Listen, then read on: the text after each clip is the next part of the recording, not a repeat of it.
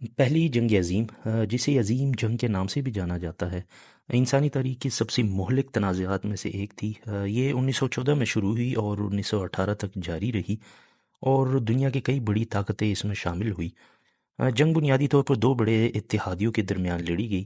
اتحادی طاقتیں جن میں برطانیہ، فرانس، روس اور بعد میں امریکہ شامل تھے، اور مرکزی طاقتیں جن کی قیادت جرمنی، آسٹریا ہنگری اور سلطنت عثمانیہ کر رہے تھے۔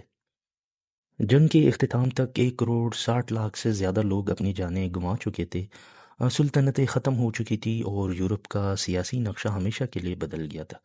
لیکن آخر اتنی تباہ کن جنگ کا آغاز کیسے ہوا؟ حیرت انگیز طور پر یہ سب ایک ہی واقعے سے شروع ہوا: آسٹریا ہنگری کی گلیوں میں ایک قتل۔ 28 جون 1914 کو آرچ ڈیوک فرانز فرڈینینڈ، جو آسٹریا ہنگری کے تخت کے وارث تھے، اپنی بیوی صوفیا کے ساتھ بوسنیا کی دارالحکومت سرائیو پہنچے۔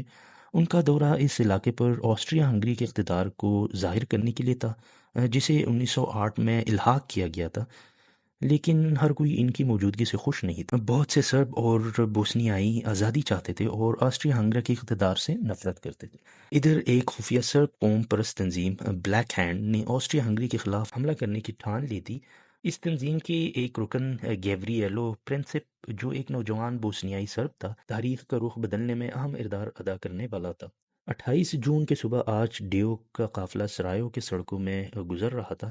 اس دن پہلے ہی بلیک ہینڈ نے اپنی پہلی کوشش کی تھی۔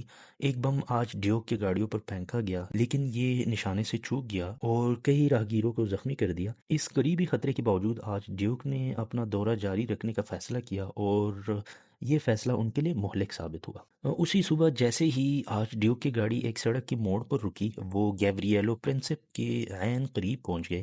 موقع کا فائدہ اٹھاتے ہی پرنسپ نے پستول نکالی اور دو گولیاں چلائیں۔ پہلی گولی صوفیا کو لگی، جو موقع پر ہی ہلاک ہو گئی، جبکہ دوسری گولی آرچ ڈیوک کو لگی اور وہ تھوڑی دیر بعد چل بسے۔ چند لمحوں میں شاہی جوڑا جان سے گیا اور دنیا جنگ کے دہانے پر آ گئی۔ اس قتل نے ایک سلسلہ وار رد عمل کو جنم دیا۔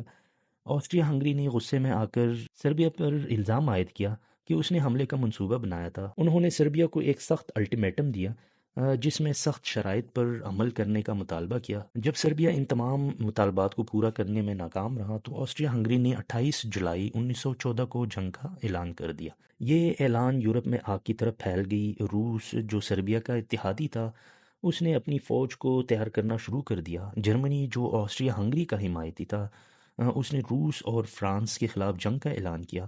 جلد ہی برطانیہ بھی اس تنازع میں شامل ہو گیا، جو ایک علاقائی